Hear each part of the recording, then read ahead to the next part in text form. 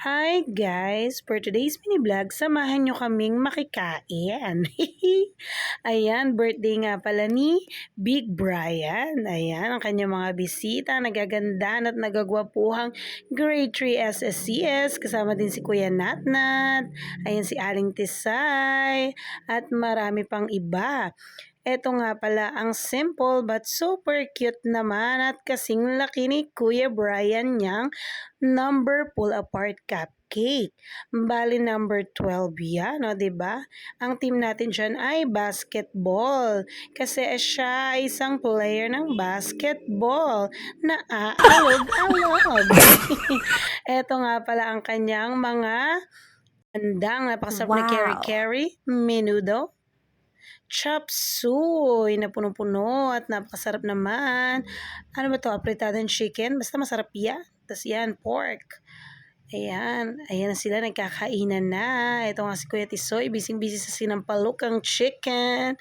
Ayan, kumakain na din sila Ate Rebecca. Wala pang food si Angel Oxien. Ayan ang kanyang ating napakaganda. Ayan naman si Pogi. Ayun, si Aling Monica, busy-busy din. So, ayan, kaway-kaway na ang aking mga kamamis na napakaganda. O, busy-busy ang lahat sa pagsandok.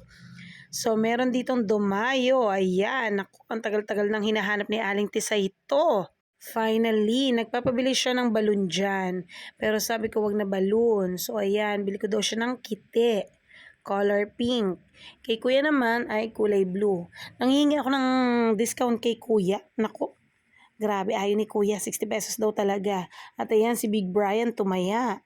Baka swertihin siya dahil birthday niya ngayon. Tingnan natin. Ay, naku, sinuwerte naman ng birthday boy. At ayan nga, umisa pa. Ay, taray, nanalo na naman ang person. Ang galing-galing naman talaga. And after that, ayan, naglaro na ang mga kiddos. Nakakatuwa naman. Bonding to ng mga mommies at ang mga kiddos din. Ayan sila, o diba? Ang saya-saya nila dyan. At ang kukulit naman talaga. Takbo rito, takbo ron. Pero ayan, o, tingnan mo't masayang-masaya sila. Nakakatuwa naman. At eto, taya pa din si Natalie dyan. Eto naman si Mother Guadalupe na napakaganda with her sister. Maraming salamat po sa inyo. Si Big Bro, nagutom na. Napakain tuloy ng bibingka. At eto, merienda time na tayo. Meron tayong spaghetti pataas at pababa, pansit at saka bibingka. O diba, busy-busy ang lahat. So ayan si Ate Lee, napapakanta yata. May hugot yarn. At eto ang mga pugo, nagpabili na naman ng mga kiddos, 5 pesos ang isa. So ayan, magkakarera sila dyan, o diba? Nagkakagulo. Ayan, o. Nanalo ang kay Natalie, pero ayaw nang tumanggap ng premyo.